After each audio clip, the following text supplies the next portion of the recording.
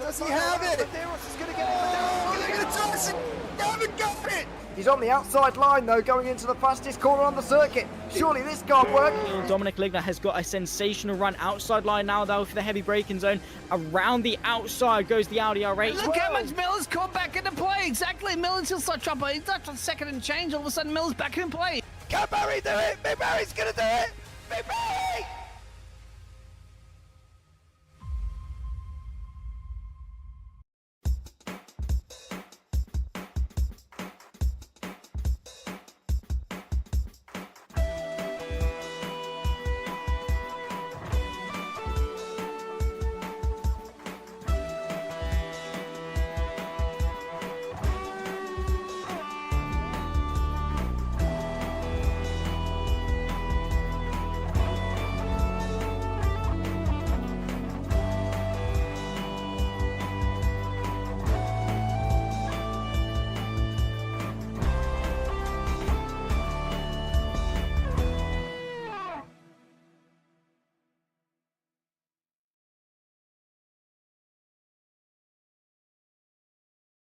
Good evening, everybody, and welcome back to another round of the Virtual World Sports Car Championship in 1985. We are here from the Canadian Tire Motorsports Park tonight for the 250-kilometre race, fifth last race of our championship season here this year, bringing us all the way back, as I say, to 1985. There you can see what we've got remaining. Just 250-kilometre races now after our 2.4-hour long race in May at Le Mans.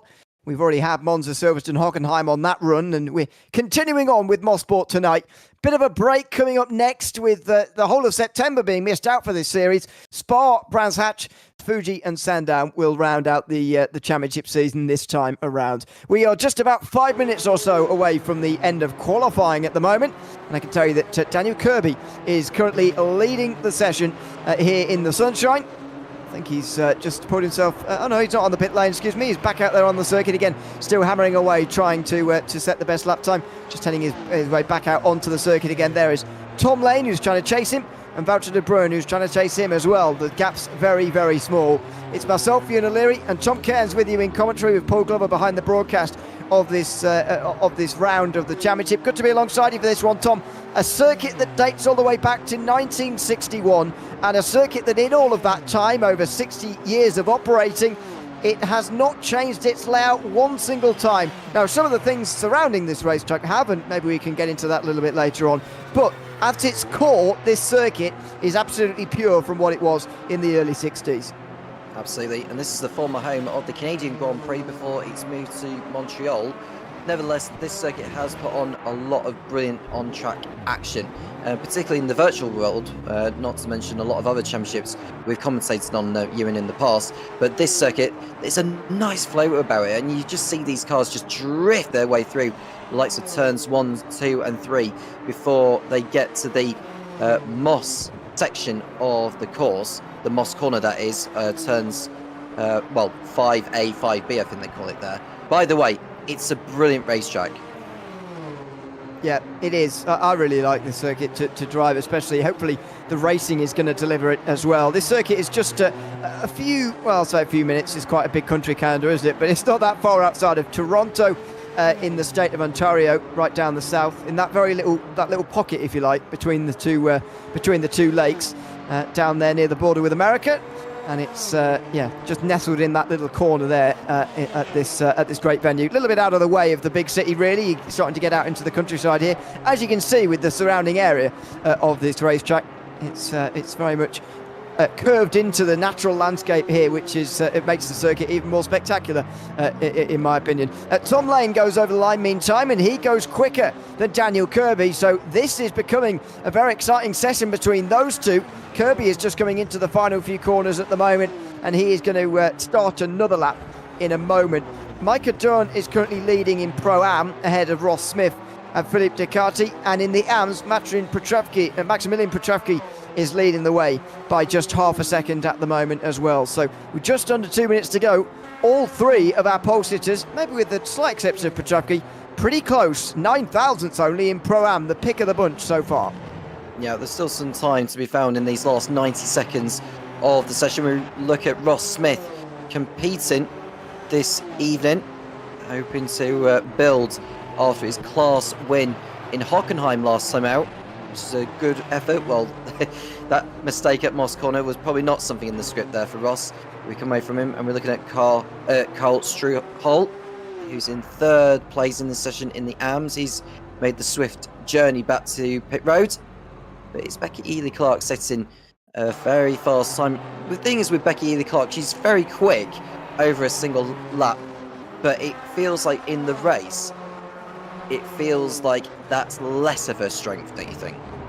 Yeah, and I think some of that has been down to the manufacturer. I remember doing the first race of the season with you at Daytona. Pretty sure she qualified on pole that day, but just went backwards, and that car was really not set up nicely for that race in terms of a long haul. So, yeah, I think that might be one of the reasons. Daniel Kirby, we're riding on board with at the moment, is the only driver really who can actually overtake Becky Ely-Clark, I would say, in the final moments of this session. Tom Lane's not going to be able to do it from the pit lane, so it's going to have to be Kirby if there's going to be a change of pole position here. And with that time, if that is correct indeed, and the bottom of your screen there, he's not going to get anywhere near it. Through the final corner, he now goes into the front straight. And that will be the end of another lap for Kirby. He crosses the line with just about 8 seconds to go. So he continues on. Nobody else is going to get to the line before the session actually completes. But Becky Ely-Clark looks like looking comfortable for now, as seconds now tick by. And Kirby now officially knows this is his last chance to try and take pole. Yep. Has he got anything left in those tyres done throughout this lap? We'll have a look to see where his time's fair in sector 1. Well, it's not his personal best in sector 1 so far. 25.1 it is, but he'll be aiming to try and better through sector 2.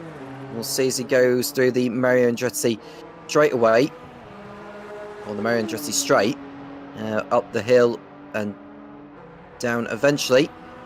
Where is he at? Well, he's still not improving, but one driver is improving on this side. It's Wouter De Bruyne, who goes up to P3 with a purple sector 3, Ewan. Oh, and Kirby's off, so that's Wouter De Bruyne up to third, and Kirby down to fourth with no improvement there.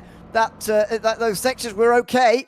He might have been able to get back in front of De Bruyne, but I'm not sure he would have passed Becky Ely-Clark with that last lap time of the day. So that looks like it's just about over for qualifying, and Becky Ely-Clark will take the pole position.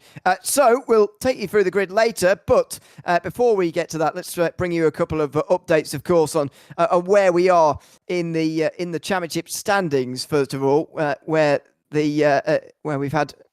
Sorry, we'll do the track map first. Looking at this venue, as I mentioned, built in 1960, started operation in 61, as far as the internet's to be believed. Just under 4 kilometres, 2.5 miles around here, and you get some ovals in the United States certainly that are longer than this. It is not a very long racetrack by any means, but it has a lot of character. What this track map, of course, doesn't tell you is the rises and falls that make this track so good to drive, so enjoyable to drive. And hopefully that's going to be reflected in the race. You see the orange zone there extending round to Moss Corner, which is one of our keys to the race. Key on the first lap, of course, because it's the end of the orange zone, but key for the rest of the race because it effectively decides your run down the Mario Andretti straight, which runs right the way up to turn number 8. Maximum downforce and mid-corner speed required around this venue, as we've already seen. Lots of drivers power sliding their way around the circuit. That's going to be a very common bit of viewing that we'll have over the course of today, and of course staying off the grass, but that's not going to be kept to by absolutely everybody, I wouldn't imagine, over the course of the day. Somebody is going to end up in the grass at some point, and hopefully not, but maybe in the wall. These are the cars to have. The 956, the Jaguar, and the MK Aston Martin as well. All the Porsche 956, of course, not the March 84G Porsche, but it's the March that's taken pole again in the top 3 places. We know it's a good qualifying car. We'll see how the rest of them go. There is your target in terms of fuel, just over 2 litres a lap for the race duration. Should be enough to get you to the end of the day. And if push does come to shove, then it shouldn't be too much of a problem to fuel save a little bit up these rises and falls. Let's have a look at the championship standings, though. At the end of the last round, Eduardo Beninca extended his championship lead to 20, ahead of Daniel Hurlock, and then a bit of a gap back to JT Tammy. It's very much becoming a 2-horse race in C1 Pro. It's Robin Moling and Becky Ely-Clark then who round out the top 5 with Scarpope and Magnus Dahlgren then tied there pretty much on 6th place. Tom Lane is 8th, although that doesn't reflect his speed tonight. Elko Bussing is in 9th place, ahead of Oliver Day, who is running up the top 10. On the other side, you can see the teams. Smile Power Racing Lancia, who took a 1-2-3 from Hockenheim last time, are leading ahead of Drongo Thrashers and the MKX Aston Martin. They're only 13 points behind. Retro Monsters Porsche are only 18 points behind. It's looking very good for those teams, and looking good for us that we're going to have a exciting championship fight this season. In C1 Pro-Am, Ross Smith is leading the way, and we'll chat to him as we always do in a moment. 24 points ahead of Tony McCoffin, with Troy Ewan then 57 behind. Antonis Paparanopoulos is then 4th ahead of Micah Dunn, who I think has just taken pole, and indeed he has, in the Pro-Ams. He's tied with Ewan for that 5th place. On the other side, you can see that Cookie Mobsters March 84G Porsche, they're leading the way by quite some way, 66 points in the team's standings, which is a bit of a runaway in Pro-Am. And in the Am standings, we have George Angelidis just 3 points in front of Peter Meyer, and Jerry Chen only 7 points back. It's by far the most interesting of our championships we see week to week. It is so close every time we come back to check in with it, and it's a 3-horse race as well. Maximilian Petravsky, today's pole sitter, has taken 4th place so far, and he will look to bring himself back into contention from 38 behind. Gilles Lalonde is in the top 5. Vinicius Gonçalves and Carl Struhl round out the 7 who've been most regularly here, although Stephen Miller's been going well in some races. He's 8th, ahead of Philip Ducati. Daryl Kruger as well, running up the top 10. Martini Racing, Breaking Bad Racing are only separated by 9 points on the other side of your screen. That is your team standings in the AMS so far.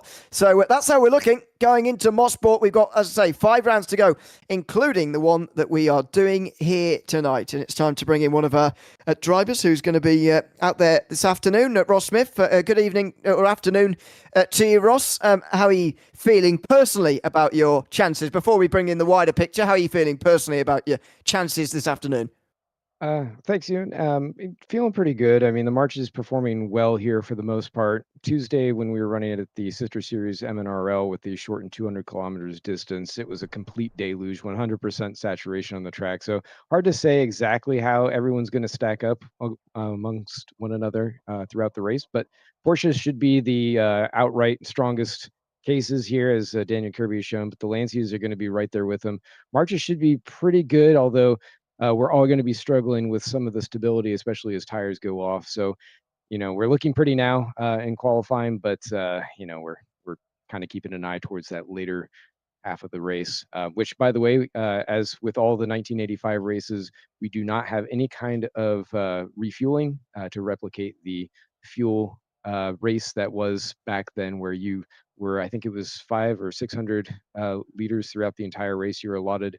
And you got no more. You ran out. So as you said before, fuel saving is not as big of a deal here because you can do quite a bit of lift and coasting, allow the ground effects to work as you're going through those lift zones. So we're not too worried about that portion of it. There is a little bit, just to keep an eye on. So it's more going to be for how much you can use some of that turbo just to sneak in, get away with it just a couple times to help yourself on the straightaway and maybe nudge yourself ahead or make up for a little mistake here or there.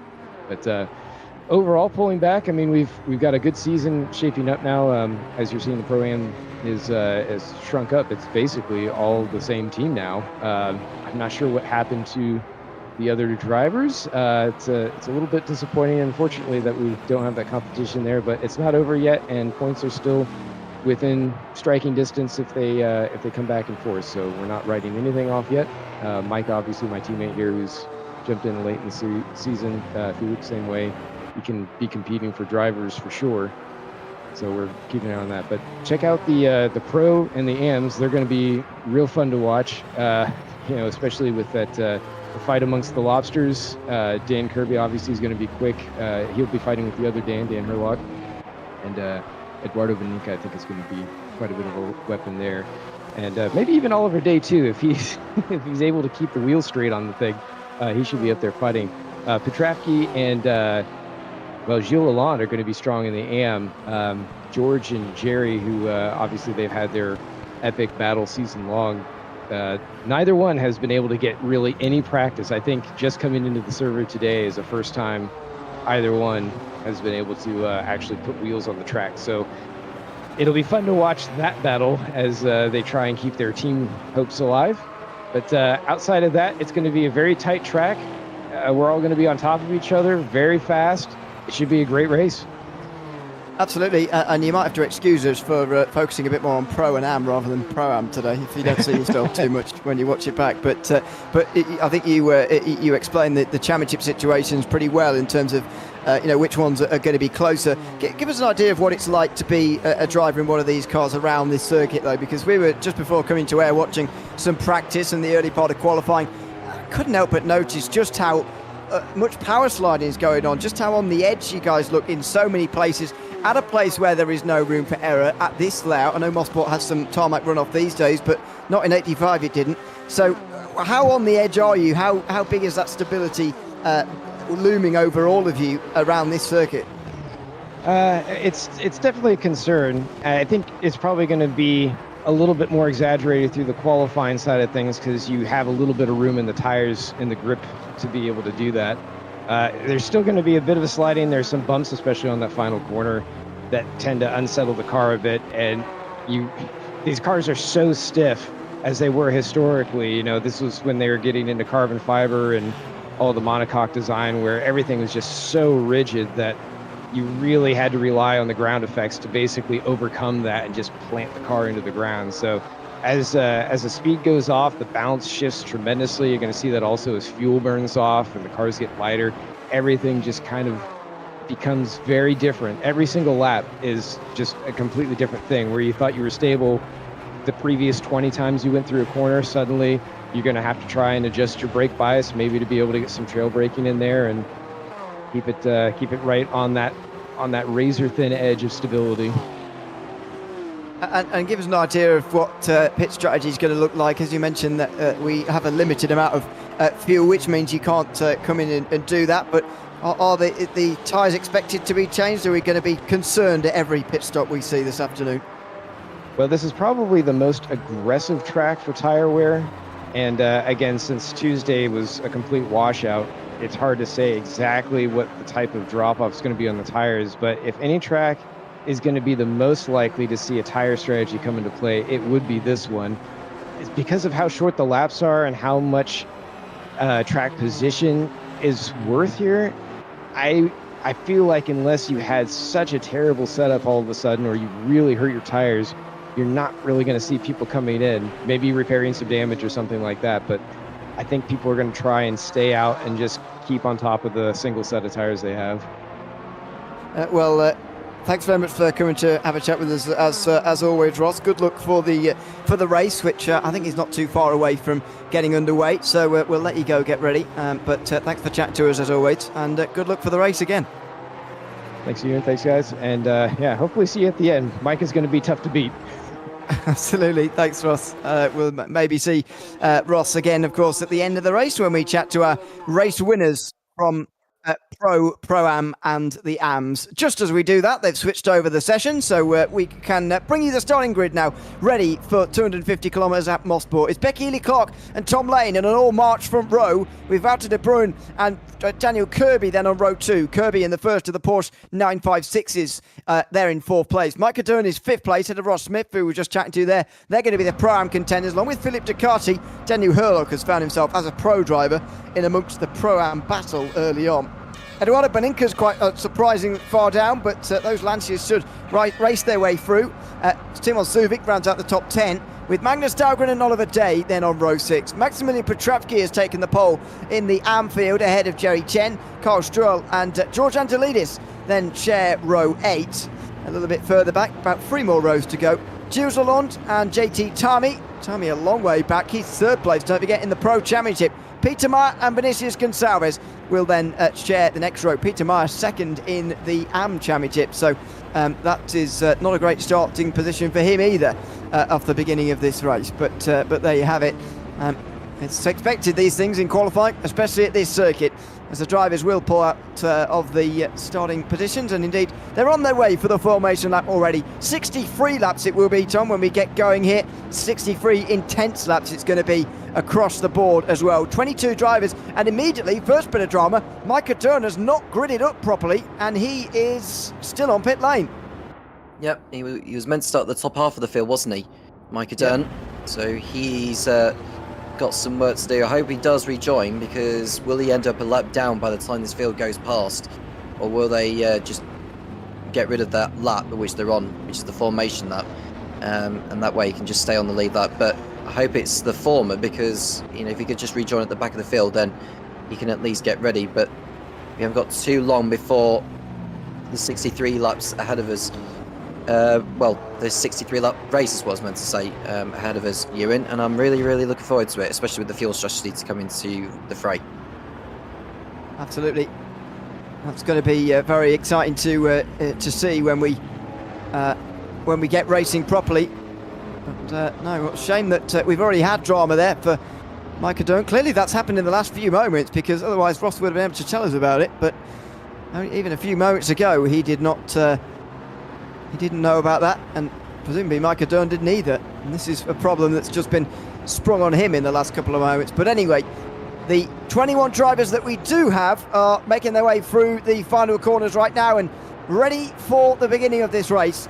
250 kilometres here from the 1985 version of Canadian Tire Motorsports Park. And Becky Healy-Clark waits until that start-finish line, and we'll look to hold on to this lead as they begin. Under the start-finish line they go, and away they go. A little bit skirmish on the start, actually. There's a few trying to get the power down. Kirby right round the outside on Wouter de Bruyn, not waiting around in that Porsche. Knows that there's immediate work to do here. On the inside line for the left-handers round, there's already a car off. Already a car off from 5th place. That might have been Herlock.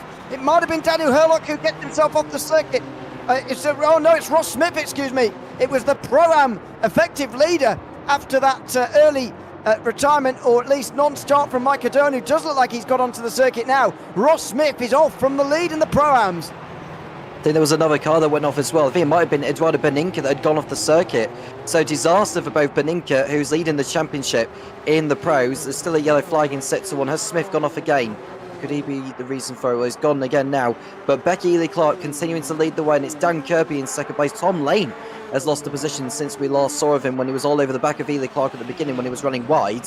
And Dan Herlock, well, he's kept his car out of trouble, up from 7th place on the grid. He's up to P3. Well, it's a clean start from the leaders, but Ross Smith unfortunately missing, and I think you're right that Beninca has also at least dropped some positions. He didn't have quite as big of a moment as Smith, but even so, big slides happening out of the final corner, as we were seeing. It's as these heavy cars make their way around the opening laps of the race. Of course, they're packed full of fuel. There's no point under-fueling at all. You need to even do a little bit of saving. Only a tiny bit round here, but a little bit to get yourself to the end, as Kirby gets close to Healy-Clark already. Kirby clearly very quick in that Porsche, and Ducati has gone out to the dream start in the Pro-Ams. The Pro-Ams, of course, in red on the left-hand side of your screen. And there, you'll notice there are no reds anywhere near Philippe Ducati at the moment. This is purely keep it. We normally, or sometimes say, keep it on the road and you'll be fine. Oh, it's definitely the case now, as De Bruyn's off there, one of them, and it might have been Tom Lane, the other, who went off the road down there at Moss Corner. We said there was going to be drama down there, and it looks like there already has been. Yeah, there's still more cars spinning around over at Moss Corner. I don't know who else has got involved, but that was a really bizarre chain of events happening over that. And Tom Lane and Wouter de Bruyn having an absolute nightmare first couple of laps, down to 8th and 9th on the road, and also in the Pro class. So a lot of work for them to be doing, and that promotes the likes of Dahlgren and Day up positions. Certainly does, as Ducati finishes another lap just in front of Dahlgren and Day, and then Timon Suvic. And towards turn 1, there's Maximilian Petravki, who leads fairly nicely in AM. Micah Dunn is in pit lane again, so he started from pit lane, and I think you were correct, Tom, to say that he might well be scored a lap down straight away. Well, now that could become 2 laps fairly quickly as he drops through the field with that pit stop. It seems, yeah, he's a DNF. He's a DNF. Magnus Dahlgren's off the road somewhere because he's dropped. Oh, and there he is. He's spun, and oh, no, that wasn't him, but somebody else has spun. Oh dear, what's going on here? That's the 3 car just in front. That's Philippe Ducati. Oh, he was leading the Pro-Ams. Oh, goodness me. And Ross Smith goes through. Ross Smith, despite his issue on lap number 1, has gone through anyway into the lead on lap 3. Yeah, that was really bizarre. These are the only 2 left in Pro-Am, and at least we've got a fight in our hands. They've both had their own shenanigans, and we're only on lap 3 of this race as Ely Clark crosses over the line, continuing to lead the way. She's got Dan Kirby all over the back of her. Now, Dan Kirby, we know, is more of a racer rather than a qualifier, and he should be able to use that to his advantage. I just want to see if Ely Clark can actually fend this one off and get her elbows out. But I think Kirby, judging by his pace at the beginning of this, is bound to take the lead very, very soon. Is Ely Clark running wide there? And there you can see qualifying pace, phenomenal. Race pace, that's where her weakness begins to kick in. Yeah, and it's not all down to her. We know that the March is not as good as the Porsche 956 in these kind of race conditions, and that's going to make things very, very difficult as well here. But Kirby has got to find a way past. There's a lot of credit for track position at Mosport. You get a lot for that. So let's see if Ely Clark can hold it for now. Holds the inside line all the way up to turn number 8. Right round the outside though for Daniel Kirby. He leads this race. It's taken him the end of lap 5 to get to the front, but he's managed it, and that didn't take too long. Ely Clark and Herlock then chasing, and Herlock of course in a Lancia, so they've dispatched of the other marches. In fact, you could say Ely Clark has done a good job of keeping that march on the road and keeping it going well in these opening laps, because all of the manufacturer teammates have gone away and she's left to fight alone among the Lancias and the Porsches up front. Yeah, it was bound to happen for Kirby to go through, and I will say that Ducati has decided that he's not going any further at the moment. Wow. So that leaves only Ross Smith left in the race. So it's kind of a given that Ross Smith is ending up winning this one when we've only done a few laps. Wow, 2 Pro-Ams gone, and Ross Smith now just has to get to the finish to win in the Pro-Ams. I'm sure he would like to gain as many overall places as he can, and we'll keep an eye on him doing that. But for now, it's Herlock and Ely Clark. Look at the speed in the Lancia on the back straight there, and there was no competition. At the end of lap 6, Herlock's going to be through. Now, the question, I think, is not whether Ely Clark can stay with these 2, because unfortunately it looks like that March is not quite up to it, but it's about whether Kirby and Herlock are going to stay together. Can Herlock bring that gap back to the Porsche in his Lancia here? 1.4 seconds over the line this time. We'll keep an eye on it, and whether we're going to have a race for the lead between those 2. Yeah, that March just doesn't have the pace at all, and it may come down to strategy later on to see whether that could come back and favour Ely Clark in the long run. But so far, Kirby and Herlock they'll be locking horns now in their own squabble for the lead between the Porsche and the Lancia. So it'll be a good manufacturer battle for those particular honours. This is a replay then of, we're looking at Ross Smith. This is the start where he goes off the circuit at turn 2, Ewan. So he's going to end up, he gets a twitch of oversteer. It's a twitch of oversteer, and Eduardo Beninca further behind. They both hit the barrier. They both hit the barrier at turn 2, and they were very lucky to survive that, because otherwise that probably would have been curtains for the Pro-Am race overall.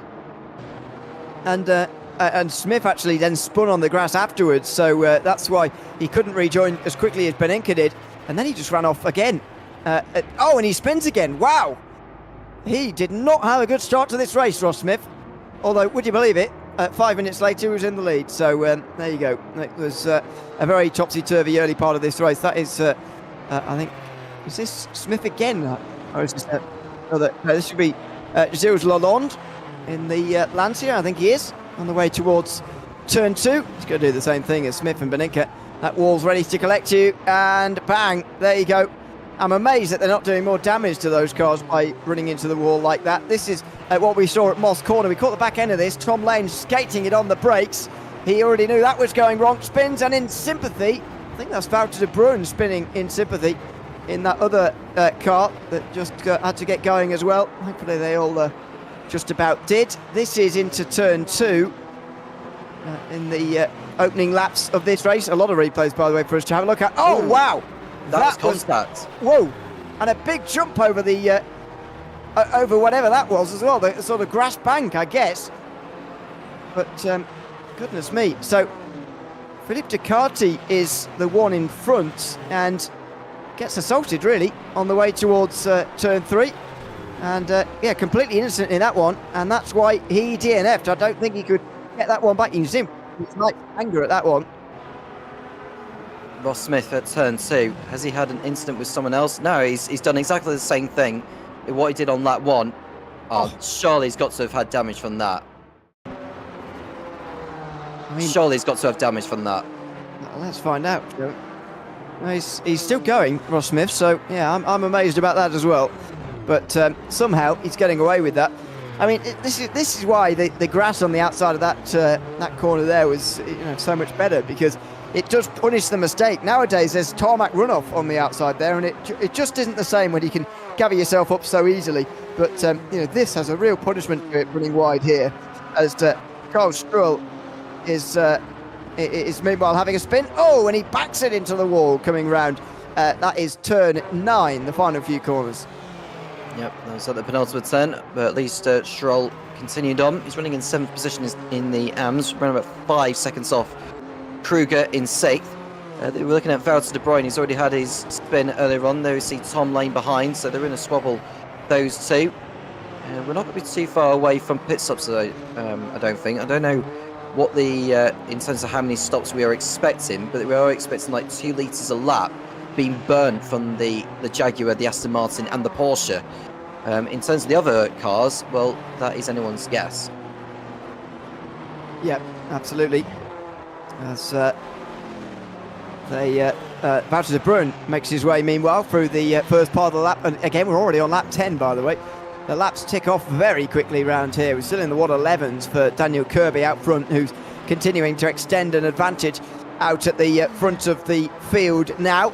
Pro drivers covering the top 8 positions overall, and then you've got Jerry Chen, who's leading in the AMS. He's now 8 seconds in front of Maximilian Petravki. Not sure why they were so close in qualifying and now they're so not close in the early part of this race, but Jerry Chen's getting off to a good start clearly and putting himself way back in championship contention as well, with Angelidis down in 8th place. Peter Myers up to 4th at least from his earlier issues today. Yellow flag briefly in sector 1 there, all clear though. Nobody stopped through that final sector, and thankfully still just the 2 early retirements from this race. But this is the back end of the front of the pro field. De Bruyne just in front of Lane. Don't forget, both of these two spun at Moss Corner earlier in the race. Ely Clark, who's got run about 10 seconds over Suvik behind. We're looking at the battle in the AMS. This is for the final podium position in that respective category. Peter Meyer and finishes Goncalves. Now this is crucial actually, because they were in a close battle in the AM standings, these two. I'm looking at the AM standings very closely. Meyer actually is in 2nd place. Goncalves is further back in 6th, so apologies for that. But what I will say is that Goncalves is George Angelis' teammate, and it looks like there's been a collision there, or contact between Meyer and Lalonde. And Lalonde just about staying in front. I think Lalonde made a mistake somewhere, didn't he? Well, Meyer there very nearly went off through turn 2, and Lalonde straight through back into 2nd. Gonçalves, meantime, is just in behind, and then Kruger, who's made his way from the back of the field as well, started on the back row of the race of the field, and he's already in this group for 2nd place. So it's looking good news for those so far. Unfortunately, Scar Pope is seemingly becoming our 3rd retirement of the day, our first pro retirement, unfortunately. I think Scar started on the back row of the grid and is now out of the day, unfortunately, on lap 12. So about a quarter of the way through, not quite, but we'll get a replay in a moment of that one. But this is a close group for 2nd place, and Lalonde holding on to it for the moment ahead of Peter Meyer, who will maybe more gingerly come through turn 2 this time round, since he very nearly went off last time around. Let's now have a look at the replay. Nope, we'll do it again in a moment. But yeah, we'll get that replay in a moment. But yeah, Peter Meyer still running in here 3rd place. Can't afford to let Lalonde get too far away with that 2nd, and Chen is miles out in front at the moment, in front of them all. Yeah, absolutely. And given that Angelidis is way down the order at the moment, I don't think he's even here tonight, is Angelidis. So that is a good opportunity for Jerry Chen to capitalise and move into the lead of the AM standings if he continues to remain where he is at, dominating proceedings on that front. Right now it's Dan Kirby who's dominating proceedings, 5 second clear over Dan Herlock. But how much fuel do you think he's carrying compared to what Herlock is doing, or do you think they're carrying the same amount? Well, I think everybody will be pushing as hard as they can at the moment, or at least trying as hard as they can. They'll just be riding that balance that we were hearing Ross talk about earlier on, between wanting to get your tyres through a good distance of this race and not chew through them, but also go quickly at the same time. That's a very, very difficult balance to strike. As Gonçalves is under a bit of pressure here from Magnus Dahlgren, who's coming back through the field. He's a pro driver, of course, trying to overtake a lot of AMs, and this is where it gets awkward. Inter-class, you're scoring points from different systems, so Dahlgren's just got to try and find his way past as quickly as he can, and he does look a lot quicker as well, so he will look down the inside of Beninka. Sorry, not Beninka, that's who he's chasing in the pro class, in front of Gonçalves, but he so far can't quite do it, as George Angelidis drops another couple of places with another moment off the circuit. Well, Angelidis, I will correct myself, he is in this one, so apologies for that. But he is way down the order compared to where Chen is, so that is going to favour Chen a lot, and the same for Peter Meyer. It could be that Angelidis drops down 2 positions in the standings by the end of this. But Magnus Dahlgren in 10th position going after Beninka, who's not having the best time of it this evening so far, which is very unlike him, because we usually see Beninka fighting at the front very often in this particular series. So far, it doesn't seem like Mosport Park is his type of racetrack. Oh, that's close for Dahlgren on the inside there. Got to be careful. Oh, contact. Whoa, that's a big save.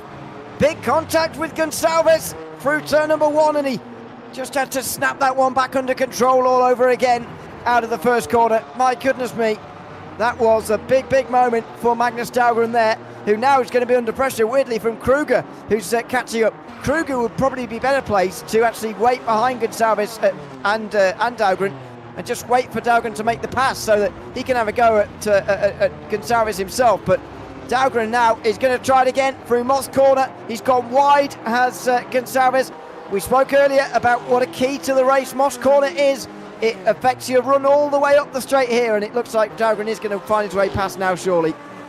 Yeah, it doesn't feel to me that Porsche has a lot of power on the exit out of Moss corner compared to the Lancia, so that could be a bit of something for Dahlgren to consider going forward. But yeah, through the corners it's fine, but when he's accelerating out of corners like Moss, it just seems very inferior out of there. But it looks like he's going to go through this time on Gonçalves before turn 1, and that is a neat overtake from Dahlgren. Absolutely. Well, this is further up front for Tom Lane, coming back through the field again. He's just in behind JT Tammy. Now, another 4 seconds up to Oliver Day, who is in the last place inside the top 10, but that's where Tom Lane and Wouter de Bruin will both feel they really should be. They went for a spin, both of them, through turn 5 on the early stages of this race, and now we're a quarter of the way through already.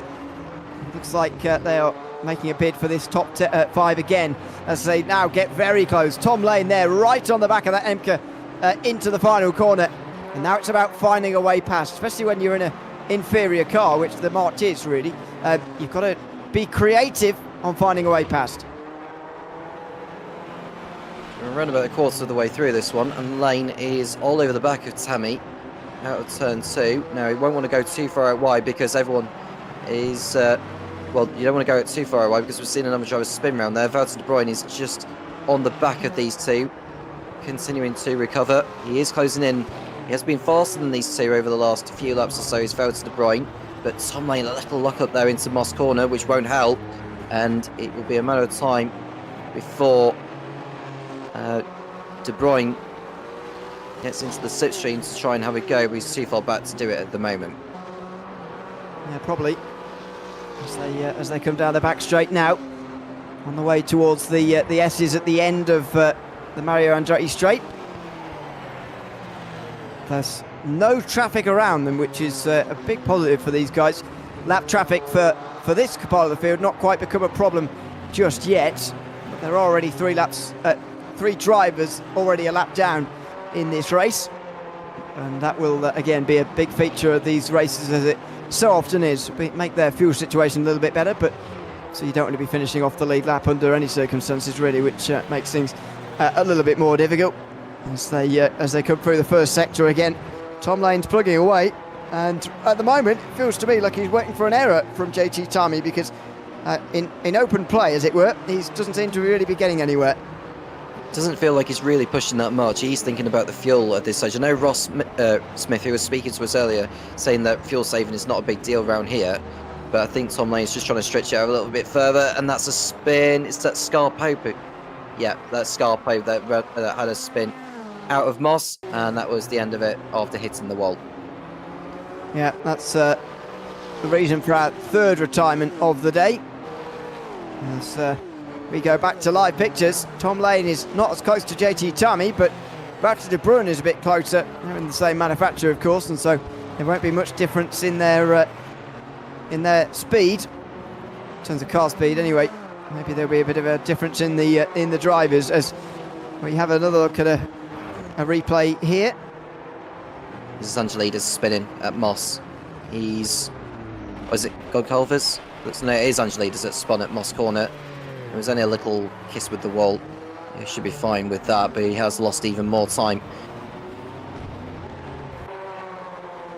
This is Carl Struhl in the purple and white. Not the first time we've seen him off the circuit today. Oh, a bit different through turn 2, but there's the and a backing into the wall as well. That'll be damage, you'd imagine. It's a different aspect of things we've seen through turn 2 there. So before we came to air, we were watching a lot of the sliding around going on, and so far in this race, it's been very much about understeering off the circuit. But that was a bit more like the old oversteering straight backwards into the wall through turn 2 there for Carl Struhl. Well, Lane is continuing to pursue Tammy for the time being as they exit the Mario Andretti straight away through the S's, and then White for the pit straight waits them to head through. We are approaching the third wave mark of this one, and there is the split screen. We're looking, I think that is Goncalves, who is in the lead. Sorry, he's running in the AMS as well. I was going to say AMS in that respective category. But either way, it's been a solid race from Goncalves. He's doing better than his teammate for once tonight, but he is making inroads and trying to close down on Gilles Lalonde, and trying to see if they can close in on Cherry Chen, who's absolutely smashing it so far, let's be honest, Ewan. He's a long way ahead of the rest. Ninth place, and 25 seconds or so now is leading gap in the AM class. Cherry Chen. It's a very, very big advantage indeed for him, as the battle for sixth place rather, makes its way up to the top of the hill again. It's very difficult when that Emka is so strong down the back straight to really get anywhere here. It's important for Tom Lane not to get too frustrated now. He can get frustrated and make an error on his own if he's not too careful, but so far he's been avoiding that. This is Ross Smith again, is it? Into Moss corner. He is trying to recover at the moment, Ross Smith, and of course he's racing on his own, but he is struggling so far, and he's now actually gone a lap down this afternoon.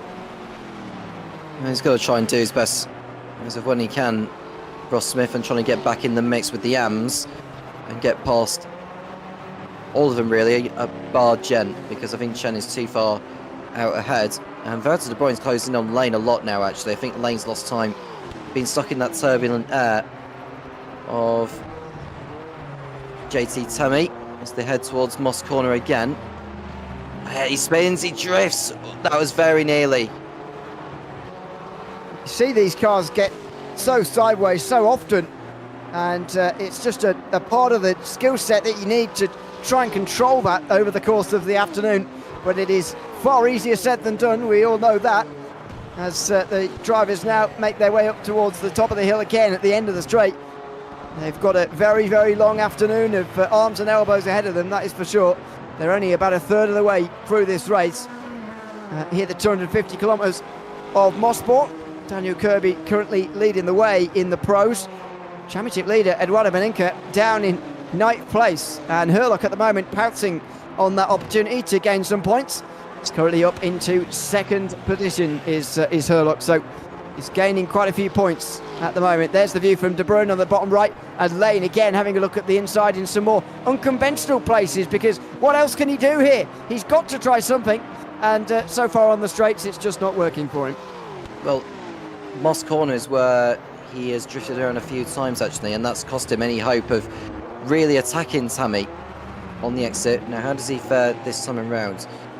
Well, he's much better than it was on the previous lap, but he's still nowhere near. Even further back this time. Nearly 9 tenths. Is 9 tenths. Is a second. You notice it just continues to extend every time they go down this back straight now.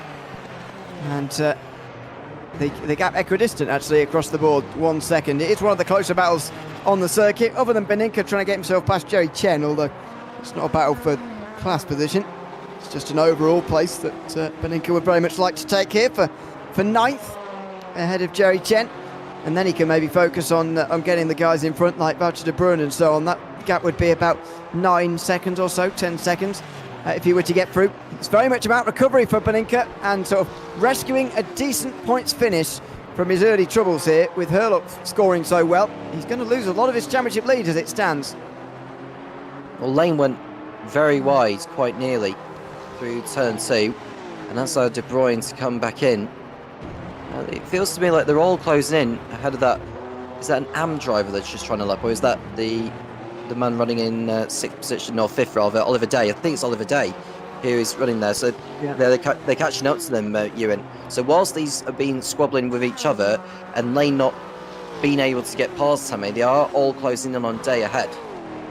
Yeah, they are, and that is fantastic news. Beninca past Chen, so if this all descends into a big battle now, then it's going to be trouble for these guys, because it's going to allow Beninca right back into the fight again. There is Oliver Day though in the Lancia, so we'd add another manufacturer into this battle that we're following at the moment, and that's good news for us. Look at the way that Tom Lane's just stronger through the corners here. He is making inroads, but again, not fast enough in the right places. And if you're only fast enough in the corners, you're stuck behind in the high-speed turns, the dirty air, and what dirty air there is, minimal, but it just makes your life very, very difficult around a circuit like this. Tom Lane just hasn't really even got close yet to making a move. So if you just watch him go through the turns there, you can see the turn kicking in, and we have been told that Magnus Dahlgren has had an off somewhere, so we'll get a replay as to what he's managed to do. He has continued, he's gone through turn 1 now, but it may be that he's done a little bit of a kick of oversteer, and he's gone through turn 2 massively. Can't keep out the wall, and I can't be surprised to see him come away with that with some form of damage. He must have some damage after that, unfortunately, because that was big contact. Having said that, we've said that plenty of times through turn 2 so far tonight, and there just hasn't seemingly been any damage being picked up through there, so not sure what that's all about, but these cars are pretty resistant. Unfortunately, we have seen retirements already due to damage. Philippe Ducati at the start of this race, he came into YouTube chat earlier on to say that he lost precious points here today, and he thanked his teammates nevertheless for the fast car, but he was very, very disappointed indeed to be out of the race so early, and you can absolutely see why. This is a big chance for him to regain some points. He needs to gain points on the likes of Ross Smith, and he's not going to do that today. We've heard reports that Goncalves has had a moment somewhere, but he has continued. He's dropped down to 5th place though in the AMS, and this is over at Moss Corner. What has he managed to do? Well, this is not going to be the first time he's done it. Well, we've seen his teammate George Angelis go for a spin here, and he's managed to do pretty much the same. I'd imagine that's a replay that we're going to see plenty of times. No, not that replay, but a replay of something similar a lot of times tonight, because that's been the case so far. It's the most difficult corner on the circuit, as we talked about in the keys to the race, and it's proving to be so as well. Darrell Kruger here is just in front of Peter Meyer for third in the AM class. It's a group that's slightly spread apart from earlier. While on other parts of the circuit, we've got Eduardo Beninca off the road. Turn 2 again. We should have started to count at the start of the day, Tom, because we'd almost be running out of fingers already. Oh, dear. Yeah, it was twice hitting the barrier there. He hit the barrier on the outside first, and there was another set of tyre barriers which he hit. And this is the same. This is someone else going off, actually. Oh, he's gone a long way. That's a big hit. That's Petrovsky hitting the wall, and I think the bonnet's come off the car, or the rear wing. The rear wing's come off. Yeah, that's he's game gonna over. Spin, he's going to spin, he's going to spin, and there you go. Yep, there you go. You can see that.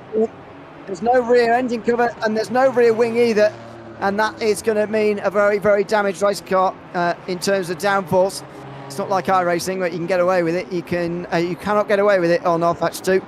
And that's going to be a pit stop for Petrovsky. In fact, I think he's already served it because he's already 2 laps down now compared to just 1 for those who are lagging behind a little. No, he hasn't got back Oh, yet. no, excuse me. He's already been in the pit lane once before this, so it's a difficult afternoon already for Maximilian Petrovsky.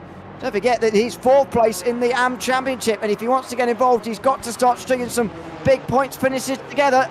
And unfortunately, this is not the way to do that. He will pull into the... Oh, that's dangerous. Dangerous rejoin, and that's Beninca, who just squeezed past him there. Yeah, that'll be a penalty coming in the way for Petrovsky, for sure. Yeah, and I think there's going to be some discussions afterwards. He'll get some form of penalty for the next race, I would say, Ewan. Oh, that's a spin for Tammy. He's off at Moss. Wow. JT Tammy just in front of Lane and Day and De Bruyne.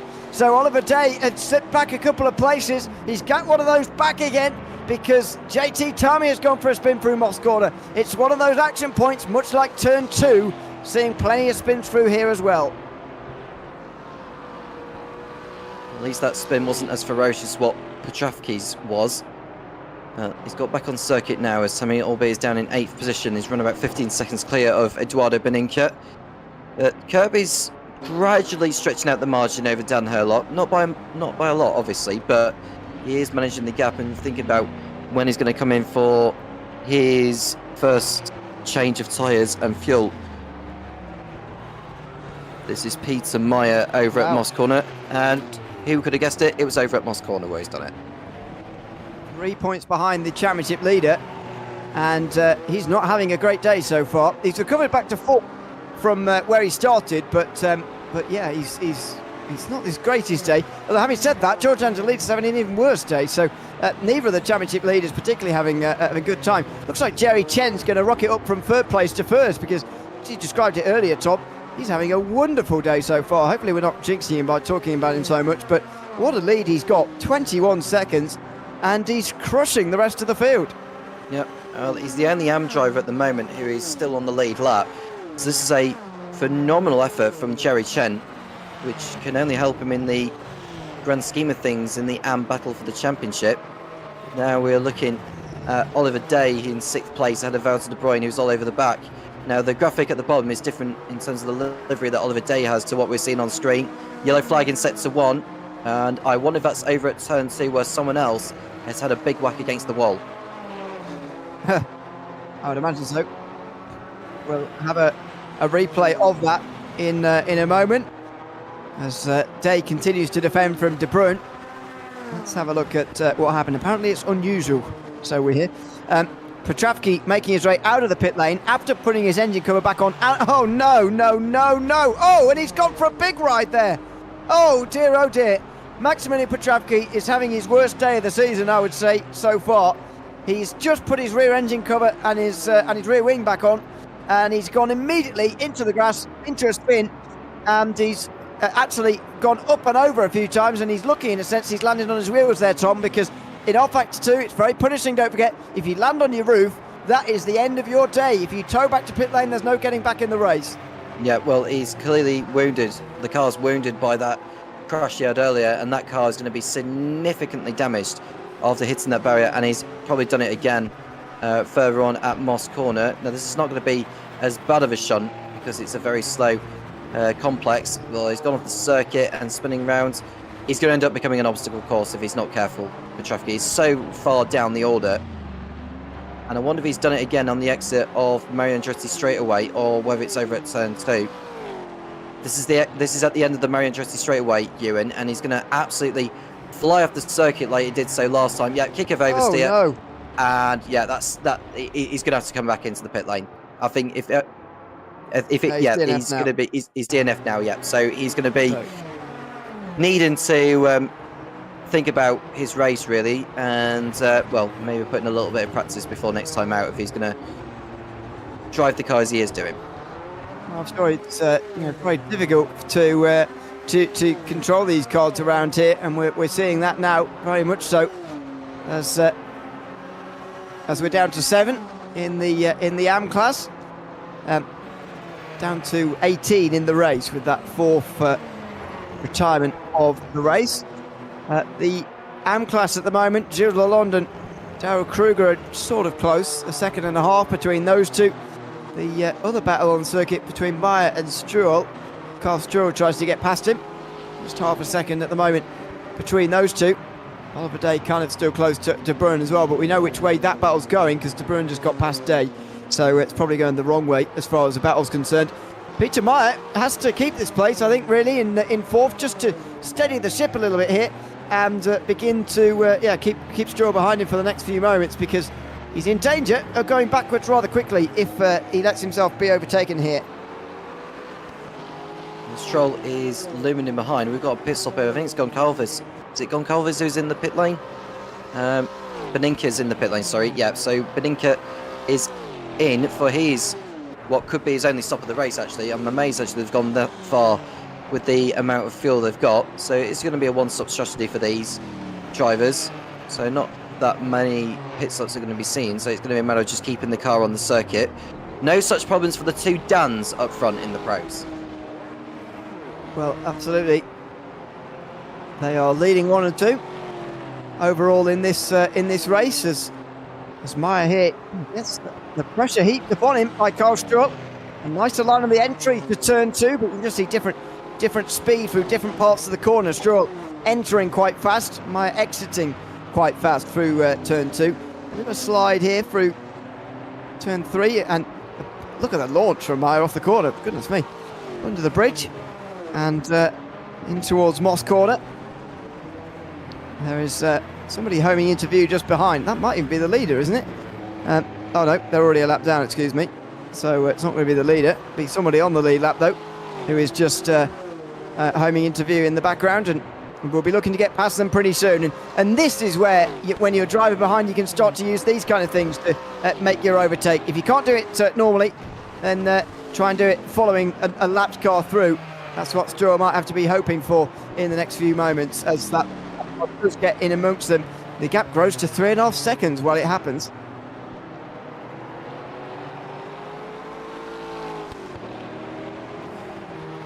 Suvik running in 4th place ahead of Lane, who's got back in front of De Bruyn now, who in the 5th place. De Bruyn ahead of Day as well. Tammy's still on the lead lap to Dan Kirby at the moment. I just wonder how many drivers we're going to see on the lead lap by the time this race is over. Ross Smith, we'll mention him again, still going, aiming to get to the end. He's 13th overall in the pecking order. The next car he's chasing is Daryl Kruger, who's only like another couple of seconds up the road from him. So you have to say, despite those spins that Smith had earlier, Ewan, he's recovered rather well, don't you think? Absolutely. I mean, part of me thinks, well, it doesn't really matter. At least he's in the race and leading in the Pro-Ams. But yeah, it is good to see for him that he's working his way through the field. And I think he's going to get right up the field, possibly even to the top 10. But whether he's going to beat the AM winner, whoever that's going to be, it remains to be seen. That's why you're seeing them out of order, by the way, on the left-hand side of the tower. They're ordered in order of where they are actually in the field. Normally it's Pro-Am, and AM. Obviously, how you'd expect them to be, but because the AM leader is ahead of the Pro-Am leader, it's slightly ordered differently so far, but it's a very small Pro-Am field here today, unfortunately, which is a bit of a shame. It's certainly a shame for the championship as well. Ross Smith is definitely going to pull further away now. Tony McCoffin already 24 points back coming into today's race. And so that is going to grow by nearly half at the end of today. The double. Oh, and Stills Lalonde gets into the curve on the outside of Moss Corner. And he goes for a half spin as well. Down to, yeah, Ross Smith has got by him as well. Whilst he went off there, Ewan, so he's up another place overall. Oh, you just saw De Bruyne. He dipped 2 wheels on the grass on the inside before getting to Moss. You can just see how much he's closing on it. But he's had a kick of oversteer. And we've got Dan Hurlock, who has gone past the pit lane. But they are close to coming for pit stops now, I'd have thought, the front runners. Well, we're halfway through the race. His gap, we're hearing on our systems that he's been in, but using our eyes, he hasn't. so I don't know what's gone on there, but he's still 7 seconds behind. There is the leading gap. We haven't checked in with the leaders for a while. Daniel Kirby and Daniel Hurlock running 1 and 2. Oh, that was a slide. Was that Hurlock going into a spin? Oh no, he saved it. Wow, as we cut away there, he was seriously sideways. And fair play that he was able to keep that on the road. Less than 6 seconds actually now the gap, but this is where the big parts of the race come, Tom, because especially at a circuit as small as this one, it's only 4 kilometres this circuit, less than, and so it is a really traffic heavy one. The fact they're just in the second half of the race now means that effectively everyone they've already lapped in this race at least once, and there's your slide by the way towards the curb. Goodness me, I thought it was going around. Everybody they've already lapped, they'll have to do all over again in the second half of the race, such as the short length of this circuit. And Peter Meyer, we've been told, has had an off as well, whilst running in 5th position. And is continuing on his way there. And Dan Kirby still leading ahead of Dan Hurlock, despite Hurlock drifting his way through Moss Corner. This is going to be a replay of Peter Meyer going for a spin on the exit of the last corner. And that's contact with Beninka, isn't it? Yeah, it is. It's in that quite distinctive bright yellow, isn't he, Beninka? He's quite easy to spot, which I'm a fan of. But yeah, that was that spin out of the final corner. De Bruyne, meantime, passed Tom Lane. So that is the battle for the last spot inside the top 5, and it's gone the way of Boucher De Bruyne suddenly. Don't forget, these two were both running inside the top 5 comfortably earlier on before their spin on lap 2 of the race. They're now fighting, only space for one of them inside the top 5 now, because Timon Subic and everybody else in front of them driving certainly well enough to keep them at bay from their position of being behind at the moment. So they're going to have to do a lot of work in the second half of this race to both be in the top 5. Since that gap up to Timon Subic is 10 seconds, it's another nearly 15 to Becky Lee Clark, who's on the last spot on the podium as things stand. This is how it happened. It's out of turn 3 first of all, but it's just a better exit, looks like, for Boucher De Bruyne. And through he goes on Tom Lane down the hill. That was not the hardest overtake in the world for De Bruyne to do. So at least he's got by Lane, and he's got 8 seconds to make up on Subic, who has not had too much to do. We've not even focused on Subic at all, actually, during this race. But there we see a battle for P7 in pros. Oliver Day and JT Tammy out of the last corner. Nearly a lap down on the leaders. They're still on the lead lap. It won't be too long before they get lapped before this race is over, these two. But they're having their own ding-dong battle at least. I think that's Maximilian Petrevsky, by the way, in the YouTube chat, who's just chatting away. And apparently he blew his engine into turn 2, which is why he spun that most recent time. And that's why he had to DNF eventually. Shifted straight down into second when he should have been shifting up to 4th, and that will blow the engine. Certainly these engines made quite a long time ago. So yes, that's the end of the day. So himself and Ducati are reminiscing a little bit and looking forward, really, rather than looking back at Spa, which is going to be the next round of this championship. We'll maybe chat about that before the end of this broadcast tonight, as JT Tammy pulls alongside Oliver Day side by side for 7th place at the moment, and Tammy in the lime green and blue on the inside line is going to race on past up into the end of the Mario Andretti straight, and he does. So up into 7th place now for JT Tammy, recovering from that earlier spin. And so he goes after Tom Lane. He's got run out just over 10 seconds to make up. We did see a yellow flag in sector 3 for Carl Stroll, who had that spin there. We've been told it was at the penultimate turn of the circuit for Carl Stroll, so we'll see how he's managed to do that. Did he maybe try to go into pit entry, but then just overcooked it? Let's see. Let's find out, shall we? No.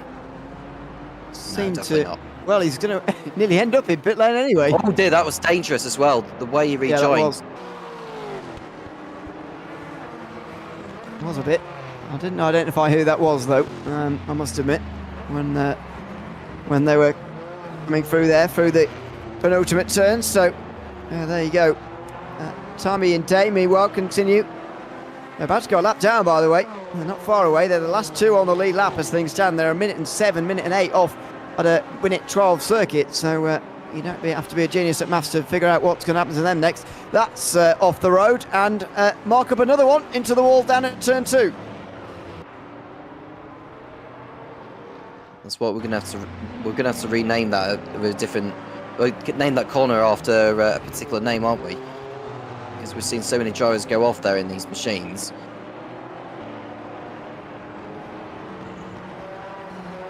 It's already got a name, by the way, Clayton Corner, but we might have to change it because there's been so many offs down there. And Stroll able to continue on. The thing that's baffled me, I mean, I'm less baffled that people are going off through there because, you know, it's a blind left-hander. You don't know where you're going, and you're going over the rise of a hill as well. So gravity's just sort of taking the corner away from you almost there down the hill. But, you know, the fact that people are smacking the wall with such fierce speed and getting away with it is the bit that is surprising me, I must admit. Despite running in 7th place in this race, Eduardo Benincas posted the fastest lap of the race, which is not surprising to me in a way, but his race position tells a different story.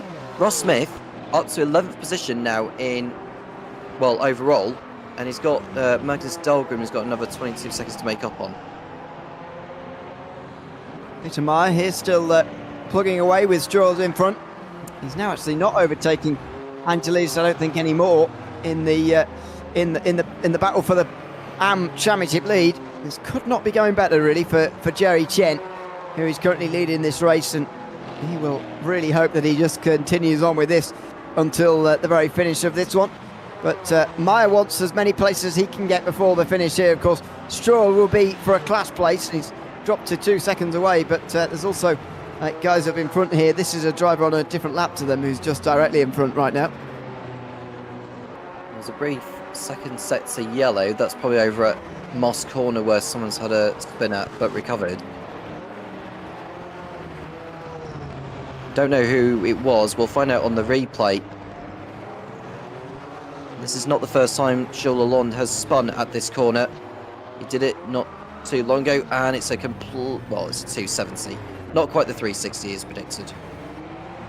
And there was someone right behind who just had to skip past there through Moss Corner as well. Good job from them to keep it on the road and out of the side of that car spinning in front. This is Timon Suvic, who we haven't seen much of, as you said earlier, but he's got himself into trouble here. So it was Suvic who avoided. Sorry, I thought he was going for a spin as well, but yeah, Timon Suvic just had to slip himself through here on the right hand side. Good avoidance from him in the end, but Lalonde another spin, as you say, and he now runs in third place, or still runs in third place in the AM class. But Darrell Kruger, as is unsurprising, is now a lot further in front of him. And that makes Jerry Chen's life easier further up front, because Kruger's not one of those in the championship fight, and Lalonde's a bit further back down in the standings. So I have to say it's been a day to remember for Jerry Chen in his quest in the AMS title battle. Dan Kirby and Dan Hurlock, the gap is now 12 seconds between those two. It's kind of a given that Dan Kirby is going to win this race. I'm just worried, are they going to be able to try and go to the end of the race without stopping? Well, I think that'll be the target for those who are not crashing. But unfortunately, for a lot of these drivers, we've seen a few pit stops because of crashes already, and unfortunately, those who have pitted so far are all out the race now. But you know, if you're crashing, then you're generally ending up in in pit lane, as is normally the case, and for the most part, pit lane stayed very quiet. Other than that, here on these historic races, of course. Someone says petition to rename Clayton Corner to the Wall of Porsches, which might be a shout. There's certainly been a lot of them, although it's not been particularly manufacturer specific. I must say, it's just been a general mob that offended themselves in the tyre wall at some point, but most of them been able to pick themselves out again without damage, remarkably. You see Carl Stroll going through number 4. This is 5A and B. I think there's a 5C on the Exodus one. That's the thing with those in North America naming corners with like A's, B's and C's instead of just turn numbers.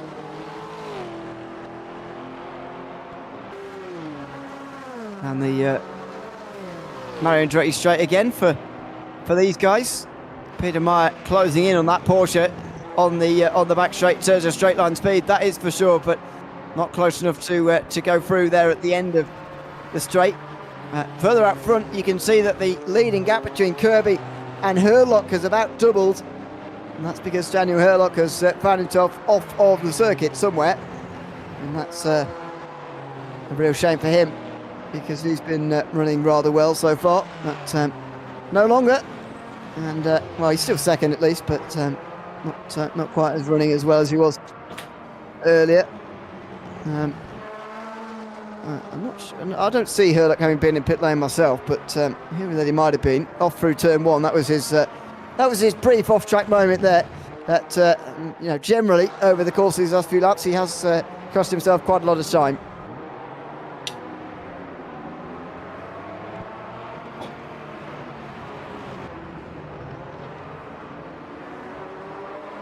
Well, after that spin for Carl Stroll, he drops back, and George Androlides fancies his chances.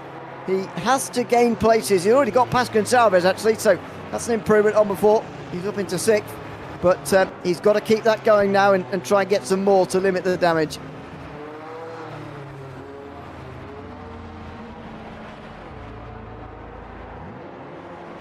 He was running a little too quick, wasn't it? And then as he lights up the rear tyres, because he knows he's overcooked those rears, he ends up spinning again. He just needs to cautiously head through the next few corners just so that it reduces tyre temperature.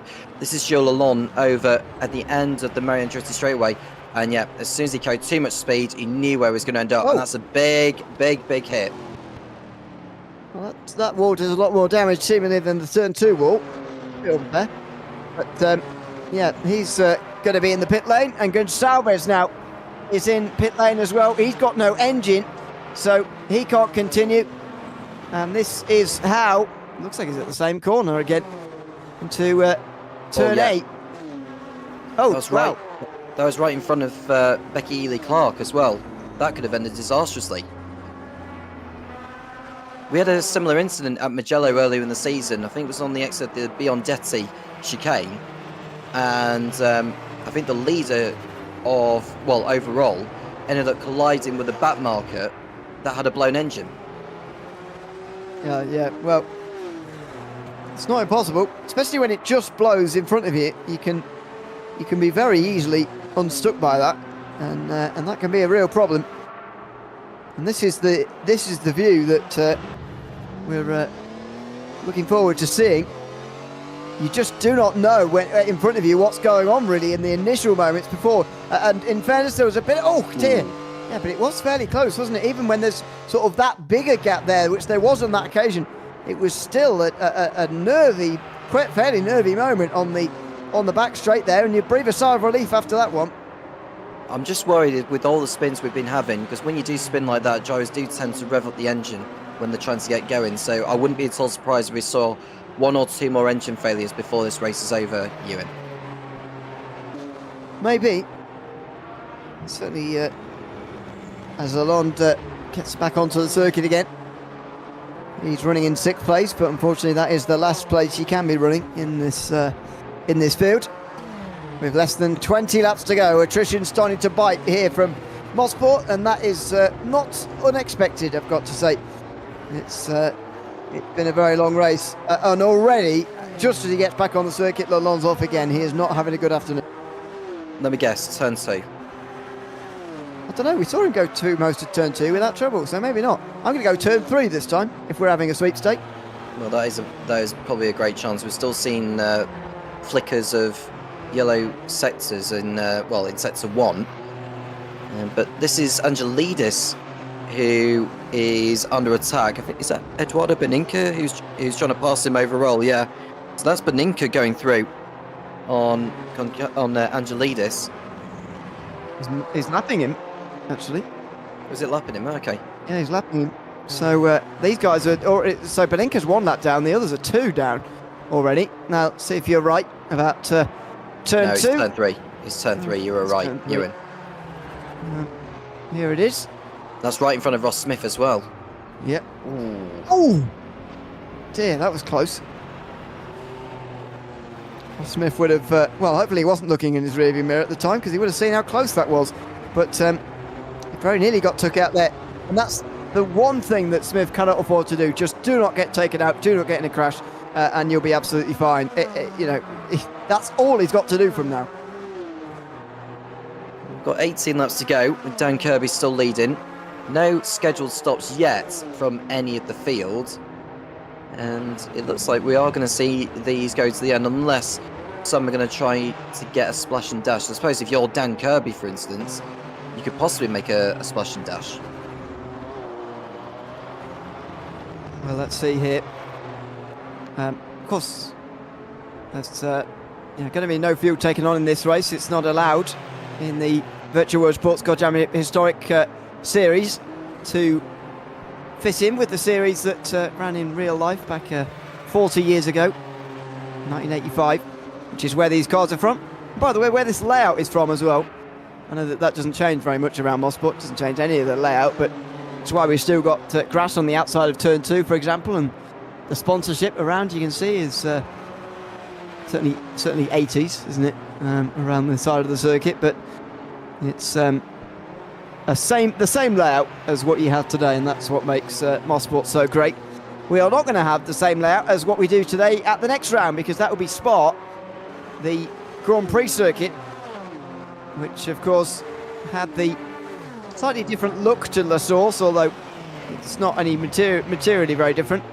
Beninca meanwhile moves up to 9th, and it of course has that different bus stop chicane, which back in 1985 and indeed from 1983 to 1993 actually looked like a bus stop, rather than what it does today, which is just a normal chicane. Well, you're not wrong with that, because judging by the looks of it, it definitely does look like a bus stop chicane, whereas now it's just, a modern day chicane that goes from right to left. But I think Spa will be another interesting affair for these drivers. It'll be their kind of circuit. It's definitely a sports car circuit. This is Eduardo Beninca going through on Magnus Dahlgren on the exit of Moss Corner, and he's got by him just before they even got onto the straightaway. Actually, I think Dahlgren decided that it wasn't worth fighting. Well, he might not have had much choice either. Beninca got a better exit out of Moss Corner and moves through into 9th place. Magnus Dahlgren down to 10th. So they are 2 of the 4 who are a lap down already in this race. Tom Lane's about to go a lap down as well now to Daniel Kirby. As we continue to see Timon Suvic holding back Wouter de Bruyn, who's recovered rather well since his issue. He's left Tom Lane behind, and de Bruyn might well even get back to the place where he spun from earlier in the race. Well, Suvic's got De Bruyne over the back of it. You've just seen the headlights being switched on a little bit, so I don't know if the skies are darkening over there, whether... But yeah, I would say the skies are darkening as the laps do continue to tick down, but you haven't got too long left to go here, Ewan. It feels like Kirby has got this one sewn up. Well, we say that with hesitancy because of the proximity to incident at this circuit, but he is looking pretty comfortable at the moment in that race lead. In the bottom right-hand side of the screen, Jerry Chen is about to put a lap on George Angelidis in the AM class. This is an extraordinary moment, really, when you think about these guys in a championship battle. Only 7 points apart in this race, and Jerry Chen is going to put a very symbolic lap on George Angelidis, the championship leader. Well, it is one of the stories of the season. Now, Angelidis, who is still running at least, he's aiming not only for the sake of him, but also for his team in the AM standings, because Martini Racing Lancia came into this 9 points clear over Breaking Bad Racing Porsche, and with Joey Chen and Stroll still circulating, it's vitally important for Angelides to make sure he gets to the end of this one. So here comes De Bruyne. Subic is on the outside, and De Bruyne just slips straight through. So 4th place for Wouter De Bruyne. Meantime, we have got from 2nd place in the AM class, it's Daryl Kruger in. He must have been there for a while, because he's dropped down to 16th place now, and that is 5th place in the AM class at the moment. So Chen also puts a lap on him, but looks like he's been off the circuit somewhere to instigate a unscheduled pit stop for him. Well, that's unfortunate for Kruger. He was running towards the top end of the AMs for so long. We're going to see a replay. I think this may be a replay of why he was in the pit lane. And it's an off at the end of the straightaway. This is entering the S's. Yeah, well, that's a very, very strange way. Has he had some steering issue or connection issues with his sim? Because it felt like the car just didn't want to turn. Yeah, maybe. He did go directly straight on, as opposed to some of the ones we've seen earlier on. Well, it's not completely broken. He managed to get it into pit lane. Steering wheel is working to a degree, but yeah, I don't know what was going on there. He did seem to go directly straight into the barrier at the end of the pit, at the end of the back straight, but back out onto the circuit he goes again, and that's a real shame, really. Whatever the problem was, there was a lot of damage done, and that means that he comes out the pit lane now in 5th place, and Peter Meyer suddenly moves up to 2nd. So Jerry Chen has been very much reeled back in by Meyer, who was a long way behind him earlier on. And we've got Dahlgren in the pit lane as well, Ewan, who's been in there for quite some time. Has he had an off somewhere or damage that has caused him to come into the pit lane? Or I mean, just 24 seconds, you know, not too bad in the pit lane.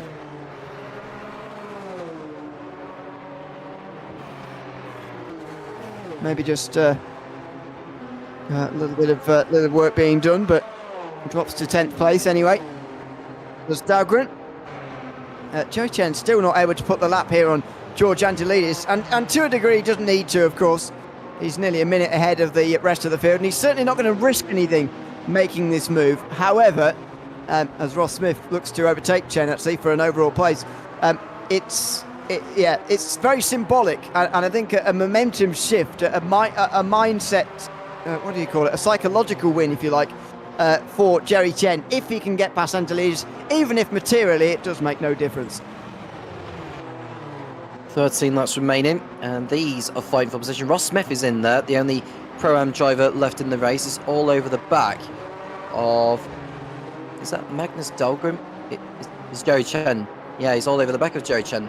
Now, they may be in different classes, but they are nose to tail for 10th overall in this race. So this is going to be a really interesting battle between now and the end of the race. Smith thought about going for it at Moss Corner, and Chen holds on for now. I think those in AM will wish Ross Smith to do them a favour, actually, and try and make it as difficult as he can for Joe Chen. But no, Joe Chen decides that he's not fighting it. And for the first time in this race, we see the Pro-Am graphic leap above the AM graphic. Yeah, for the first time since Ducati had that incident on lap 2, I think it was, wasn't it? Lap 3, something like that. So, yeah, it's been a long time coming, but finally the Pro-Am's in front of the AMs, as where they should be. And a very lonely race for Ross Smith, certainly, but he's got himself into the top 10 at least, and that's what matters here. The lead in the Pro-Ams, what matters even more. And so, yeah, he's done a very good job indeed. Daniel Kirby comes over the line, 11 laps to go, and he'll hope that whatever incident has happened in front of him will have cleared itself up before he gets there. It's turn 3, and it's Cole Stroll who's off. George Angelidis is now onto the podium. We'll get a replay as to what caused that. That was over at turn 3 where Stroll had his spin, and that's allowed Angelidis through into 3rd place in the AMs. He's got a long way to catch up to Peter Meyer, so we don't expect him to make that much ground up. But that's a costly error from Carl Stroll. He's had a number of spins today, and he's just had his latest one there. Let's find out. So after turn 2, how is he going to lose this then? Oh, he gets hit. Oh no! He does get tapped by. Who is that? That's a mystery man. I don't know. That'll be one of the pro drivers, I assume. Yeah. Can't be Suvic, can it? Can't be Suvic. He's not. I don't think his car looks like that. I'm trying to think whose car looks like that. I'm trying to rack my brain in this field at the moment. It's not. It's not Angelidis either, who was in and around that part of the field. He has the Martini livery, of course, on that Lancia, so it wasn't him. But we'll just do a bit of working out in a couple of moments and see who that was. But it's not a driver we've seen very much of so far. Oh, Daryl Kruger, who's just come out of the pit lane. That's him unlapping himself then, effectively. Not a great way to unlap himself, actually, Kruger, but he has managed it by making that contact with Stroll. He'll get a penalty for that, Will Kruger, because he came from a long way back to make that attempt. This is a replay of it again. Yeah, that's firmly on Kruger.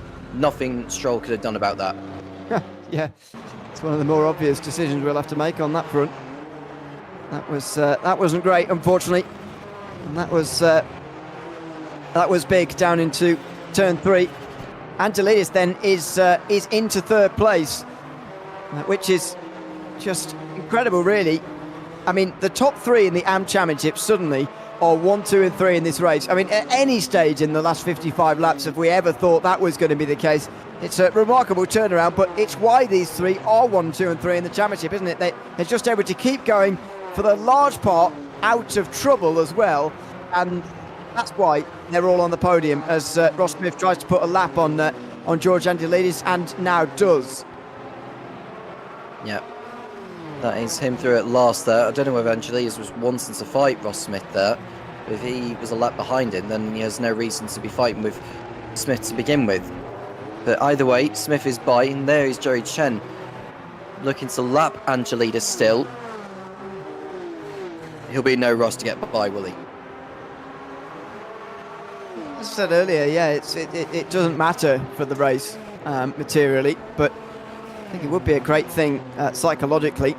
There's Timon Suvic. He definitely wasn't the one who made contact there, as we saw. And not only do we know that it's Kruger, but also you can see here his car just looks a bit different to Suvic, even if we haven't seen very much of him throughout the day.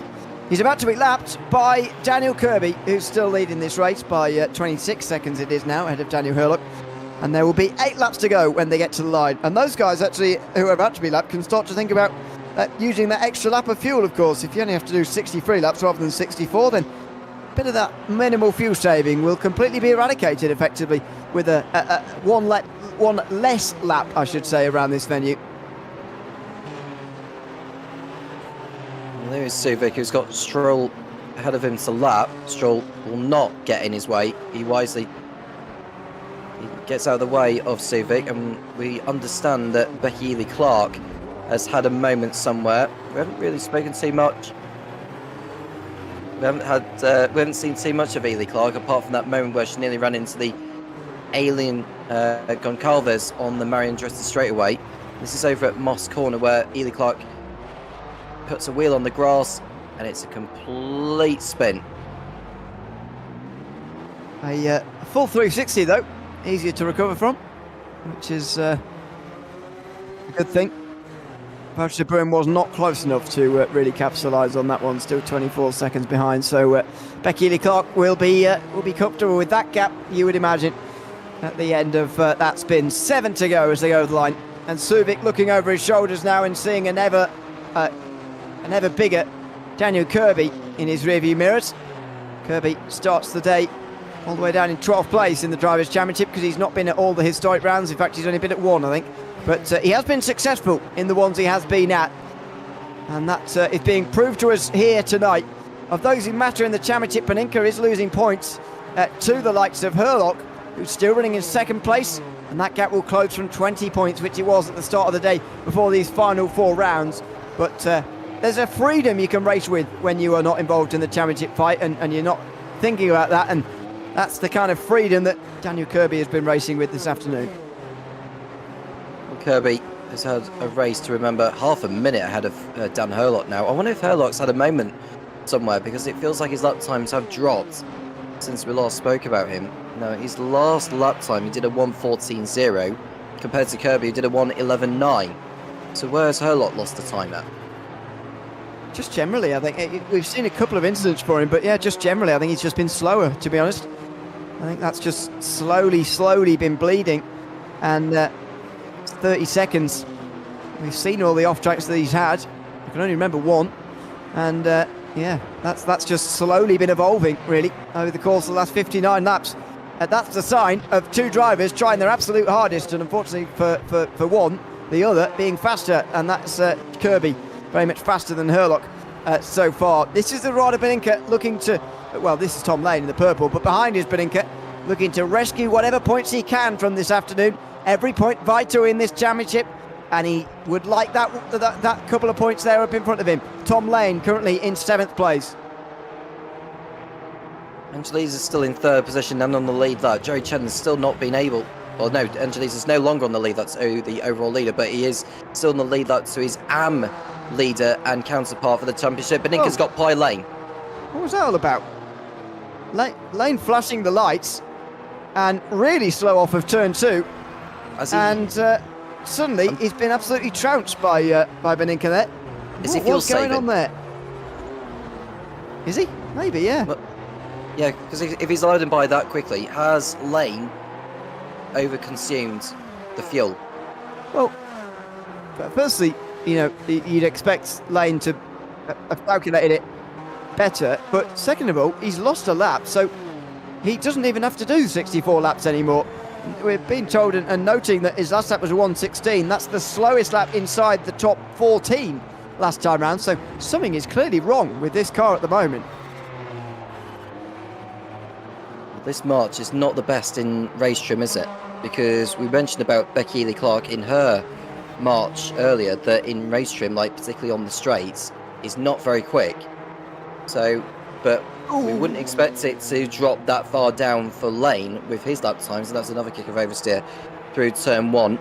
Now, in terms of the gap he's got over Oliver Day behind, he's got 27 seconds in hand.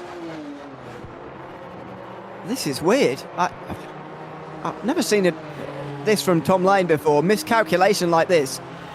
I mean, he might just say, well, I'm not going to be able to keep Oliver Day behind me. I might as well try and slow down enough to only do 62 laps and let Kirby pass me for a second time. He's already only 1 lap down, but he could go 2 down if he slows down enough. And the way he's losing time is it's extraordinary, really. Last time round, it was 16.9. To be fair to Oliver Day, he's doing something similar, 16.2 from him last time. They were both slower than everybody, again, inside the top 14. And as Carl Stroll goes over line and betters his previous time, everybody in the field is quicker than those two. And you know, we know these guys now pretty well, Tom. They're not the 2 slowest drivers on pure speed, that's for sure. Well, Ross Smith is all over the back of Oliver Day, if not if he's got by him now, because there he is, look. Is that Valtteri De Bruyne he's going past? Or is that Valtteri De Bruyne putting a lap on him? I think they're a lap apart, but yeah, they are side by side anyway. And they're not quite sure who to tuck in the slipstream of who there. As they had a couple of moments there of driving towards each other and very nearly driving straight into each other on the straight. And Smith does the right thing and lifts off. Smith, of course, the one who is a lap down, about to be 2. Valtteri De Bruyne's about to be 1 lap down for the first time because Kirby just times into view in the background. Well, there is Dan Kirby. We've not seen too much. Over half a minute ahead of the rest of the pack. And you can just take it easy. He is coming up to lap Ross Smith again. Ross Smith will be wanting to be in that battle with Oliver Day very soon once Valtteri De Bruyne puts a lap on Day. But now he's got to be wary of Kirby coming through. So we've got 3 drivers basically on different laps to each other. Well, 4 drivers on different laps to each other.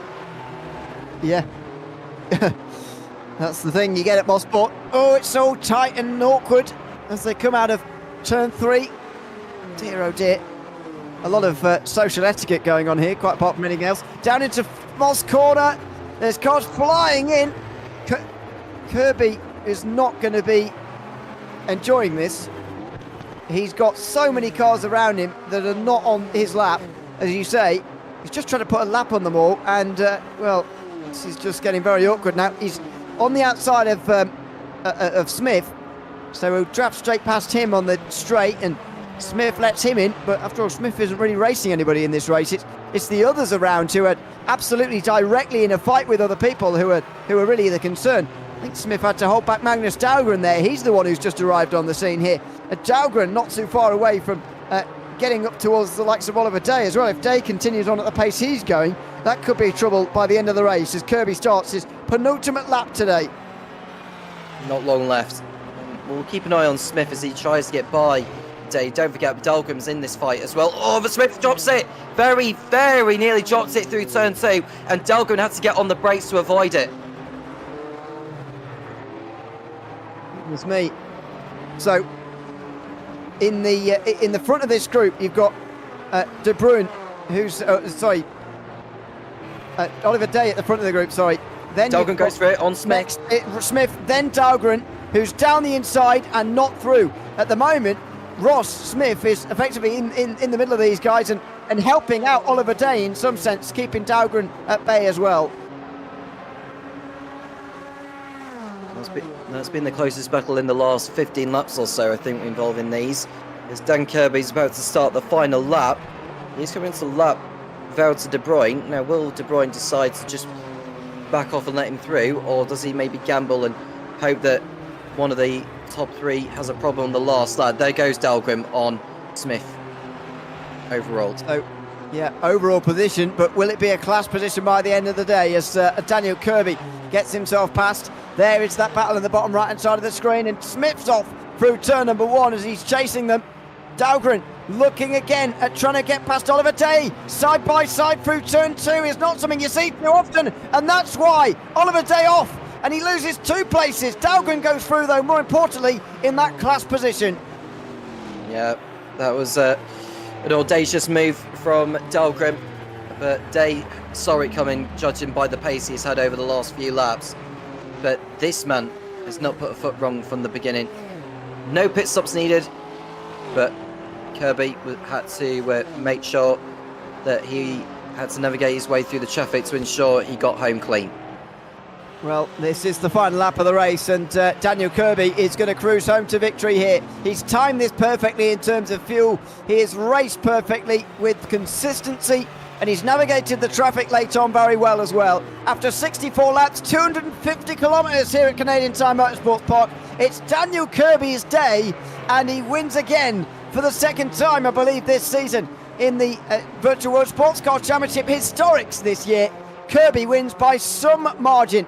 In the other contested class, Ross Smith is going to take home victory with his other 2 rivals retiring, and he crosses the line directly behind the overall leader, by the way. And further behind, Jerry Chen is going to cross the line over a minute in front of his AM competitors. He is going to be very close to the AM Championship lead, if not in it, by the end of a fantastic performance from that AM driver. We had a replay, or had a moment on the last lap, I think. This is Peter Meyer, is it, who's gone off the circuit? Not as wild as what we've seen all of today, but he did keep out of the wall. It's a very minor one compared to some of the ones we've seen today. Goodness me. Turn 2's very much been where the action has been. And Peter Meyer indeed brings it home for second place after keeping it out the wall there rather nicely. So Kirby continues on for another lap. He's got the fuel to continue on. I get the feeling, Tom, that after some of the last laps we saw there, that not everybody had the fuel to keep going at the end of that race. Peter Meyer's last lap was a 1:24 because he went off, but Angelidis did a 16. Oliver Day did a 16 as well. There were some real coasters towards the end there as they were trying to get to the finish. Absolutely, but it's a good time to perform donuts, providing Dan Kirby doesn't hit the barrier too much. But he'll be a very, very happy man after all that. Well done to see Ross Smith for winning in the Pro-Ams. So in the form he had at Hockenheim the last round before this one. And Jerry Chen, well-deserved victor today. And that, I think, does put him into the lead in the AM standings. Yeah, there's going to be some maths having to be done on that one. He starts today 7 points behind Angelidis and just 4 behind Meyer. He should be ahead of Meyer.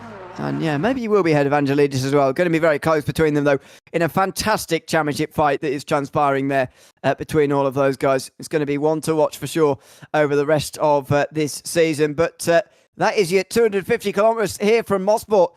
A great race from this venue. Always knew it was going to be around here, to be honest. It's a fantastic circuit. I think, even just driving around here, Tom, I think is a thoroughly enjoyable experience. And the great thing about this circuit is that it adds to it with the racing as well. The long back straight and Mario Andretti straight, but so much drama throughout as well because it just was so difficult for the drivers today. Absolutely so. We've got the results on our screen, Ewan. So do you want to do the honours or do you want me to do it? Yeah, I'll sorry, I didn't realise I wasn't looking. I was too busy chatting. Yes, Daniel Kirby wins the race ahead of Daniel Hurlock. Those two were quite close early, but not too far. They were far apart, sorry, by the end. Becky Lee-Clark from pole gets to third ahead of Boucher de Bruyne, the last driver on the lead lap. Timon Suvic rounds up the top 5 with JT Timey sixth. Eduardo Beninca losing a few points back from 7th place there in the Pro Championship, which is getting ever more interesting as well. Tom Lane finishes 8th ahead of Magnus Dahlgren and Oliver Day, an all-pro top 10 here from Mosport today. 11th in the end was... that says Scar Pope, which can't be true, because retired early. Sorry, that was 11th in class, I should say. Jerry Chen wins in the Pro-Ams, the Ams, I should say, ahead of Peter Meyer. A lap credited at the end because of where the leader was. George Angelidis gets on the podium, though. It's going to be very, very close in terms of the championship standings. Carl Struhl, Dale Kruger, and Jules Lalonde round out the finishers. Vinicius Gonçalves and Maximilian Petrovsky round out those who didn't finish this race, unfortunately for them. I'm going to try and find some of the others now. But anyway, the Pro-Am drivers are apparently not showable. No idea why, but anyway, Ross Smith were the only one to get to the end anyway, and he finished ahead of Micah Dern and Philippe Ducati, who both retired very, very early on in that race. I mean, nearly 60 laps down, those two were by the end of the day, unfortunately. It was a very, very dominant performance indeed. Let's start, though, with the overall race winner, Daniel Kirby, who can now join us after the race. Daniel, welcome in. Good to have you with us, and congratulations on race victory here today. After qualifying, how much were you expecting to be in the race lead for so much of that race? I mean, it looked like you had the race pace over everybody pretty comfortably, but did you know that as you lined up for the start of this race after the qualifying session you just had? Yeah, I felt like I had good pace for race pace. So I was initially planning on just, trying to play the long game and hope I could get past the 3 marches in front of me. But I managed to get 2 of them in the first lap, so that helped out a lot. And then I was barely able to hold off Herlock while I was stuck behind Becky for a little bit. And then that basically, I think, won me the race because I could drive in clean air and just use the pace I had and not have to worry about fighting somebody. Yeah, that did make things easier, I'm sure. I mean, how have you enjoyed your exploits in the historic part of this championship this year? We know that you've not been at all the rounds, but at some of the rounds you've been very successful. How have you been finding the historics this year? Yeah, they're super fun. They're really difficult to drive. They're right on the edge, and it's pretty fun despite the fact that you have to do a lot of fuel saving, which kind of kills the fun a little bit, but it's still really fun because of how crazy the cars are. I wish I could have done more, but these historic ones pretty much all line up on days I have to work, so I've just been kind of coming in on the couple I can. Well, hopefully we'll see you again before the end of the season in the final 4 rounds, but we'll wait and see on that, of course. Daniel, thanks for coming to chat to us at the end this afternoon, and congratulations again on a race victory. Thank you. Thanks very much. And Daniel Kirby, the winner in the Pro class tonight, ahead of Ross Smith, who is our Pro-Am winner here tonight from Mosport. Ross, welcome in. It must have been a very strange race for you, but let's get to that in a moment and talk about the start of this race. Not particularly ideal after qualifying so well. It was a difficult start for you. Tell us about those opening laps. Yeah, you're exactly right. That was probably one of the worst starts in living memory. But for some reason, it wasn't so much the force feedback reset, but it felt odd. So I'm not sure exactly what happened there, but I think just that on top of, cold tires and the heavy car in the opening point and being on the outside, it just pushed a little bit out. And once it touched grass, I had no control over it. And even coming back on, there was just some strange feeling.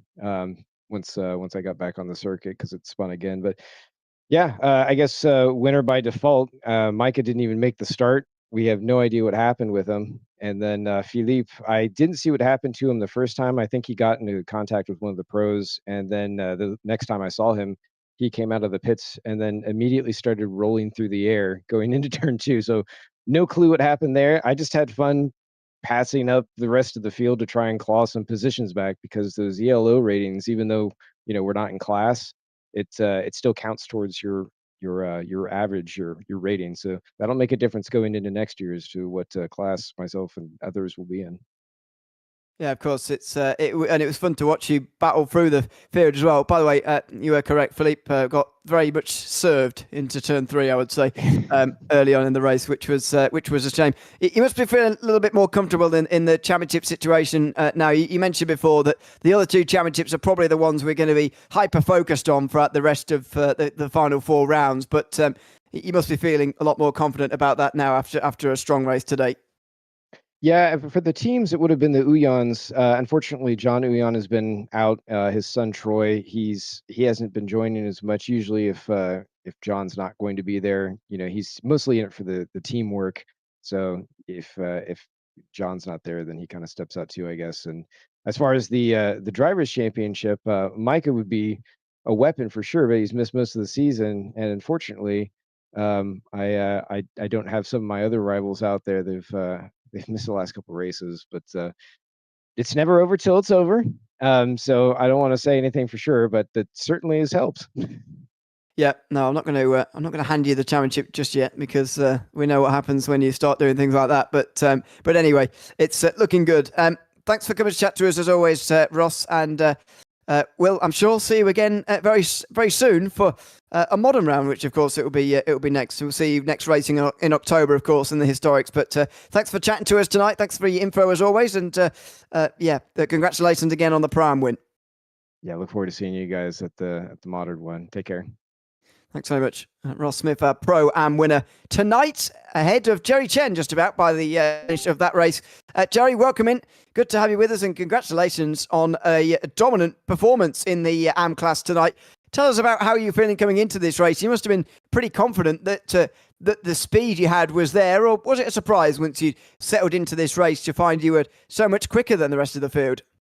Hey guys, yeah, it was a little bit of a surprise. I had about 2 laps of practice before this morning, so I just so the delay in the race by an hour actually helped me. I got some practice and got a decent setup going, and I was expecting Max to just pull away from me, and then when he had a little bit of off, I just kind of settled in, tried to save the tires. Had a little bit of fun with George again, as usual. I know he was like a couple positions down from me, but I tried lapping him, and I just couldn't do it. No matter what I could, he would just pull away on the back straight. He had so much straight line speed, but so I just said, oh, I don't want to risk a dive bomb just to lap him. So I just parked behind him and kept the gap to Peter for the rest of the race. But yeah, I knew this was everybody knew this was a good 956 track, so I figured I'd get a pretty good result, but I didn't think I'd win.